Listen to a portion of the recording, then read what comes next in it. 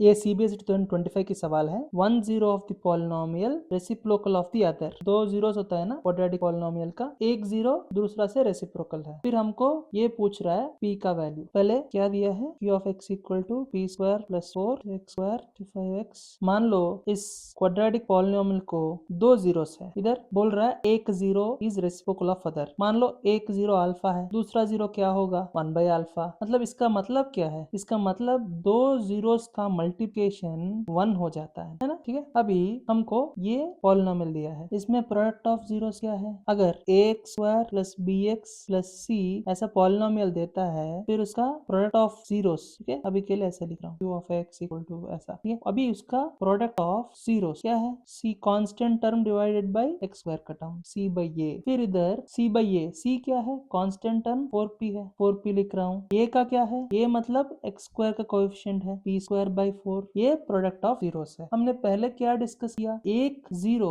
दूसरा जीरो से रेसिप्रोकल है, मतलब इसका प्रोडक्ट क्या है 1 है। फिर इधर क्या है, इधर का प्रोडक्ट देखो, ये भी प्रोडक्ट है, मतलब दोनों में इक्वल है ना। ये 4p by p square plus 4 equal to 1 होना चाहिए। क्यों, ये भी प्रोडक्ट ऑफ जीरोस है, ये भी प्रोडक्ट ऑफ जीरोस है। प्रोडक्ट ऑफ जीरोस 1 मैं लिख रहा हूँ। फिर ये p स्क्वायर प्लस 4 को इस तरफ लिख, 1 into p square plus 4, 1 into anything is anything. ठीक है, p स्क्वायर प्लस 4, फिर 4p को इस तरफ लिखे, तो 0 इक्वल टू p स्क्वायर। फिर मैं p स्क्वायर के बाद ये लिख रहा हूँ माइनस 4p, ठीक है, प्लस 4। ठीक है, ये प्लस 4p उस तरफ गया तो माइनस 4। फिर मैं इसको लेफ्ट हैंड साइड लिख रहा हूँ इक्वल टू 0। ये देखो किस फॉर्मेट में दिख रहा है ये क्लियरली। इसको हम फैक्टराइज भी कर सकते हैं, इसको हम डायरेक्टली भी लिख सकते हैं, क्योंकि ये square minus 2ab plus b square format में क्लियरली दिख रहा है। तो ये a minus B whole square format में लिख के भी हम सॉल्व कर सकते हैं, या फैक्टराइजेशन की तरफ भी हम सॉल्व कर सकते हैं। a square minus 2ab plus b square का इधर राइट साइड बोलता हूँ, दोनों में बोलता हूँ मैं। p square minus 4p plus 4 equal to 0। ये a स्क्वायर है, ये 2ab फॉर्मेट में है, क्यों देखो माइनस 2 इंटू ये क्या है a स्क्वायर, मतलब ये p है। ये b स्क्वायर फॉर्मेट ले है, मतलब 2 स्क्वायर 4 है ना, इधर देखो 2ab ये a स्क्वायर है plus b square 2 square 4। a square minus 2ab plus b square मतलब a minus b whole square. ये के जगह p है, b के जगह 2 है, a minus b whole square format में लिखा। p माइनस 2 होल स्क्वायर 0 है, मतलब इसका अंदर का वैल्यू ऑटोमेटिकली 0 हो जाएगा, तो p का वैल्यू 2 है। ऐसा भी कर सको। अभी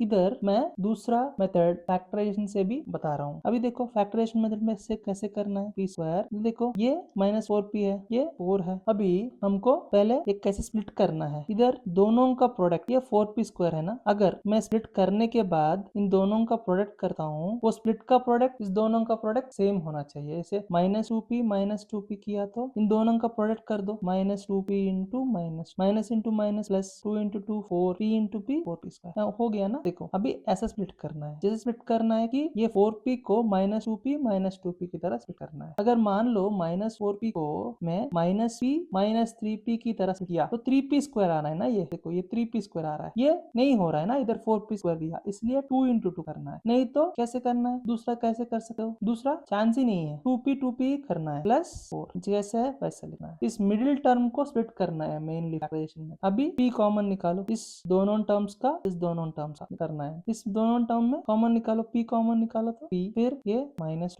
2 कॉमन निकाला तो p, क्योंकि माइनस 2p है ना इधर देखो। फिर माइनस 2 कॉमन निकाला तो इधर प्लस 4 है, हम माइनस 2 कॉमन निकाल रहे हैं, मतलब इधर और एक माइनस आएगा, 2 इंटू 2 4। ठीक है, अभी देखो p माइनस 2 कॉमन है ना। मान लो इसको मैं एक y समझो ऐसा कॉमन कैसे निकालना है बता रहा हूँ। देखो इसको थोड़ी देर y करके समझो, py minus 2y equal to 0, मतलब y कॉमन निकालो तो y into p minus equal to 0। y क्या समझा मैंने, p माइनस 2 समझा। इसको फिर से p माइनस 2 से कर, तो p minus 2 into p minus, दोनों सेम है, ये भी 2 है, ये भी 2 है, मतलब p वैल्यू 2 है, मतलब दोनों p माइनस 2 है ना। तो p माइनस 2 0 हो गया तो p का वैल्यू 2 हो गया, तो ये 0 हो जाएगा, ये भी 0 हो जाएगा, तो p का वैल्यू इससे 2 करके हम कर सकते हैं। बस ये कॉमन निकालने के लिए मैंने y लिया, y को भूल जाओ, p माइनस 2 को कॉमन निकाल जो, डायरेक्ट स्टेप आ जाएगा। ये स्टेप करने का जरूरी नहीं है, तुम लोगों को समझने के लिए मैंने ये स्टेप किया। तो फाइनल आंसर क्या है, p का दोनों मेथड से करो, फाइनल आंसर क्या है, p का 2 है, तो p का वैल्यू 2 है, मतलब d है आंसर। और ऐसा PYQs के लिए हमारे चैनल को सब्सक्राइब करो।